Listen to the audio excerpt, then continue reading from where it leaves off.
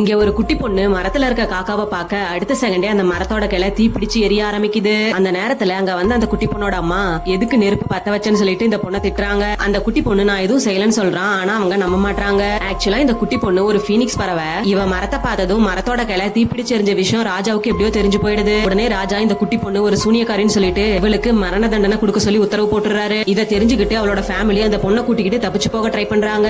ஆனா வீரர்கள் ஏற்கனவே பதுங்கி இருந்து இவங்களை பிடிச்சிடுறாங்க. அதுக்கப்புறமா இந்த பொண்ணை கட்டி வச்சு உயிரோட எரிக்கிறதுக்காக தீப்பந்தத்தை எடுத்துட்டு போய் நெருப்பு வைக்க போறாங்க. இத பாத்துட்டு இந்த பொண்ணோட கண்ணு கோல்டன் கலர்ல மாறுது. அடுத்த செகண்டே தீப்பந்தத்தை எடுத்துட்டு வந்தவங்க எல்லாம் நெருப்பு பிடிச்சு எரிய ஆரம்பிக்கிறாங்க. இத பாத்துட்டு அங்க இருக்க மக்கள் எல்லாமே பயந்து போயிடுறாங்க. ஆனாலுமே வீரர்கள் பயப்படாம மறுபடியும் நெருப்பு வைக்க போறாங்க. இப்போ இந்த சான்ஸை பயன்படுத்தி அவளோட தாத்தா இந்த குட்டி பொண்ணை காப்பாத்த வராரு. அதுக்கப்புறமா இவளோட அப்பாவும் அந்த இடத்துக்கு வந்துடுறான். இப்ப வீரர்கள் நிறைய அம்பு விட்டதுனால அவளோட தாத்தா அங்கேயே இறந்து போயிடுறாரு. இந்த இடத்துல நிறைய பேர் இருந்ததுனால அவளோட அப்பாவாலையும் சமாளிக்க முடியாம அவரும் இறந்து போயிடுறாரு. இப்ப இந்த குட்டி பொண்ணு அவளோட அப்பாவும் தாத்தாவும் கொடூரமா இறந்ததை பார்த்து கோவப்படுறா. அடுத்த செகண்டே அந்த பொண்ணோட உடம்புல இருந்து கோல்டன் கலர்ல ஒளி வீச ஆரம்பிக்குது. இப்ப இந்த பொண்ணு கத்திக்கிட்டு அவளுக்குள்ள இருந்த சக்தியை வெளிப்படுத்த அங்க இருக்க வீரர்கள் எல்லாரையுமே அந்த சக்தி அப்படியே தூக்கி வீசிடுது. கடைசியில இந்த பொண்ணும் அவளோட அம்மாவும் அந்த ஊரை விட்டு தப்பிச்சு வந்துடுறாங்க.